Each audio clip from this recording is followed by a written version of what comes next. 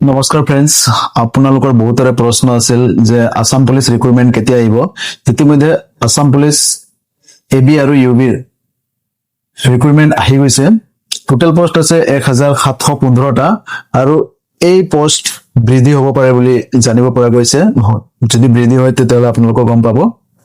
এতিয়ালৈকে কোনো তেনেকুৱা বৃদ্ধি হোৱা নাই, বা কিন্তু আমাক লাগি আছে যে বৃদ্ধি হ'ব বুলি।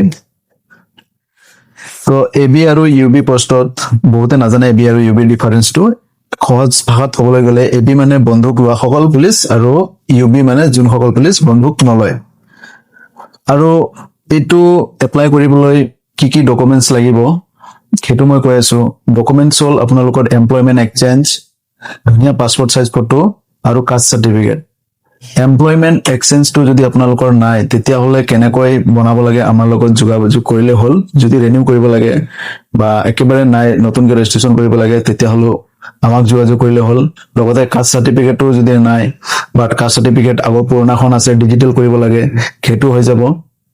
আমাৰ লগত যোগাযোগ কৰিলে হ'ল, আৰু যদি পাৰে আপুনি নিজে বনাই ল'ব। তাৰপিছত আহি গ'ল আমাৰ এজ, বয়সটো কিমান লাগে আসাম পুলিচত। চাওক, অসম পুলিচত বয়সটো নৰ্মেলি আপোনাৰ 18 পৰা 25 বছৰ। তাতে আপোনাৰ অবিচিক 3 বছৰ ৰিলেকশ্যন দিয়া হ'ব আৰু বাকী কেইটাক 5 বছৰ, মানে SC ST কেইটাক 5 বছৰ ৰিলেকশ্যন দিয়া হ'ব। মানে এইফালে আপোনাৰ 25 বছৰ 26 বছৰো যদি হৈ গৈছে তেতিয়াহ'লে আপুনি পাৰিব। 27 28 ৰিলেকশ্যন দিয়াৰ পিছত মানে 5 বছৰ এড কৰি দিলে হ'ল, তাতে আপুনি পাৰিব এপ্লাই কৰিবলৈ। দ্বিতীয় নম্বৰ কথা হ'ল, বহুতে নতুন যিসকলে এইবাৰ এপ্লাই কৰিব নতুনকৈ, সিহঁতে নাজানে ৰানিংটো হৈ যাব 3200 মিটাৰ হ'ব ল'ৰাৰ কাৰণে, 14 মিনিটত সম্পূৰ্ণ কৰিব লাগিব। ছোৱালীৰ 1600 মিটাৰ 8 মিনিটত 54 চেণ্টিমিটাৰ। আৰু SC STৰ কাৰণেও চেম থাকে হাইটটো। আকৌ ছোৱালীৰ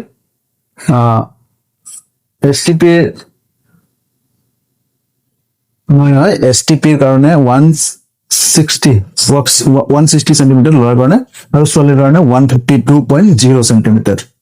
আকৌ পাছপৰ্ট সাইজ ফটো যোনটো আপোনালোকে আপলোড কৰিব সেইটো 450 KBৰ তলত হ'ব লাগিব। কিন্তু এনেকুৱাও নহয় যে আপুনি 5 বা 10 KBৰ ফটো আপলোড কৰি দিলে তেতিয়া ফটোটোতো একচেপ্ট হৈ যাব, কিন্তু ফটোটোৰ কোৱালিটি একেবাৰে ল' হৈ যাব। তো সেইকাৰণে ফটো কোৱালিটিটো ভালকৈ দিব লাগিব। আকৌ লং জাম্পটো হৈ গ'ল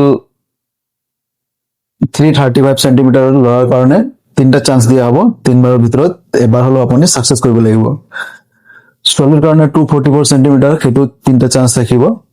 3টা চান্সত আপুনি সম্পূৰ্ণ কৰিব লাগিব। আকৌ ল'ৰাৰ চিনাপ আছে, চিনাপটো যদি 4টাৰ তলত মাৰে, 4টাৰ তলত মাৰিলে ডিছকুৱালিফাইড হৈ যাব। 4টাৰ ওপৰত মাৰিব লাগিব, আৰু 4টাৰ ওপৰত মাৰিলে আপুনি কোৱালিফাইড কৰিব চিনাপত। যদি আপুনি 4টা চিনাপ মাৰে 10 নম্বৰ মাৰ্ক পাব।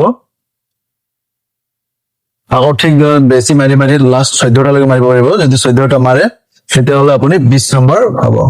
তো আৰু কিবা যদি জানিব লগা থাকিলে আপুনি মেছেজ কৰিলে হ'ল, বা যিকোনো আপোনালোকে আমাৰ লগত কণ্টেক্ট কৰিলে হ'ল। আপোনাক আমি ধুনীয়াকৈ আকৌ ডিটেইলছত কৈ দিব পাৰিম। ধন্যবাদ।